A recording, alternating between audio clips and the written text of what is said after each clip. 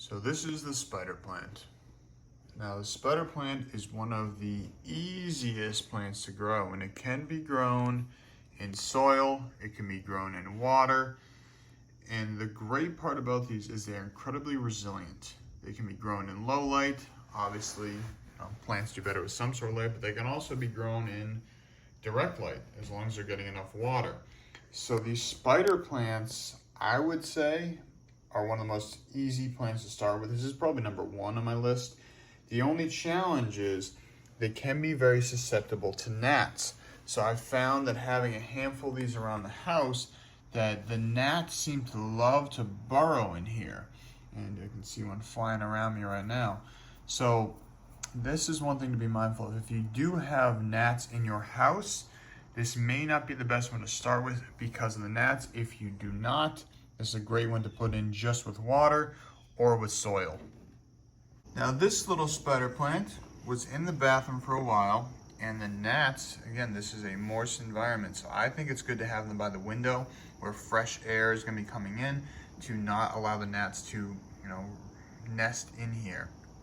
So you see, you got it by a window, took it out of the bathroom, and it's doing a whole heck of a lot better. The gnats had really gotten it down. It was honestly like the size of these, and this is in a matter of a couple of weeks.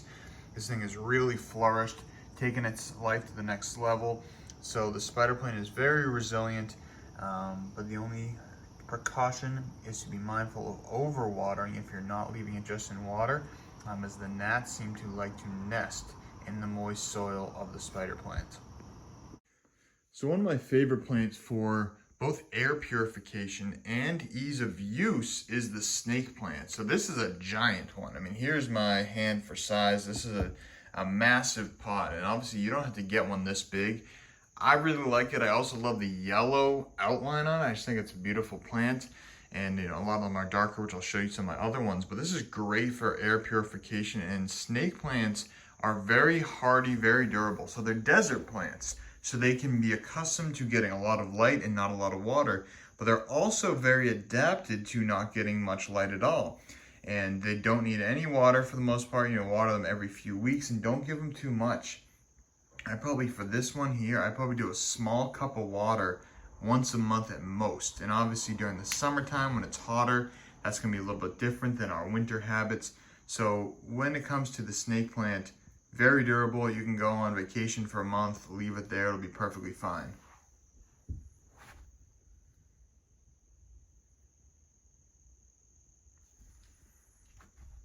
And you can see I've got the smaller one here.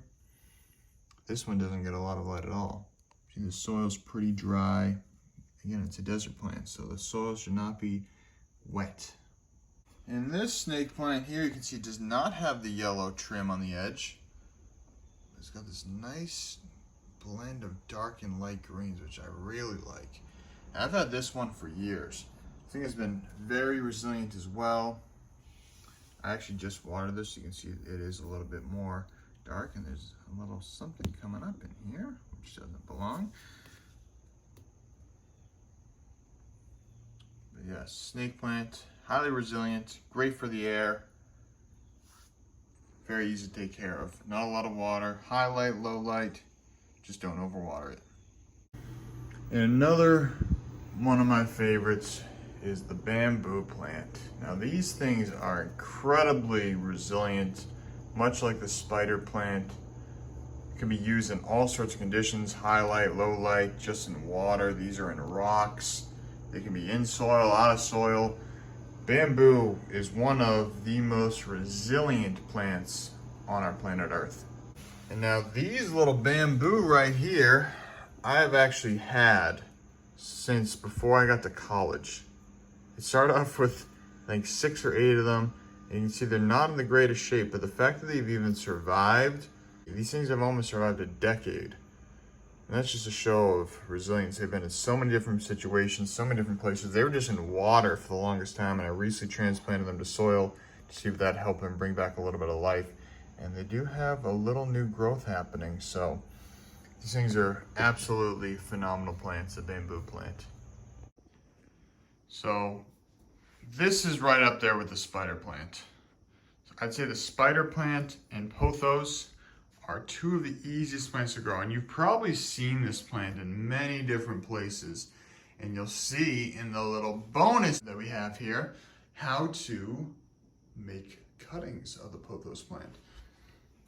So this is a very resilient plant. Again, can be done just like the spider plant in soil or water. It doesn't need a ton of space. I mean, this pot is relatively small compared to the size of the plant. What's great about this is that it can hang. You can also train it to climb up, which I will show you in a moment with my bathroom plant. But this is a very resilient plant, very beautiful, very versatile, soil or water. And so you can see here, I've been training this little pothos cutting to climb up. So this one is just in water. The other one, and I have some little rocks in there. I just think it's good to get some sort of minerals going.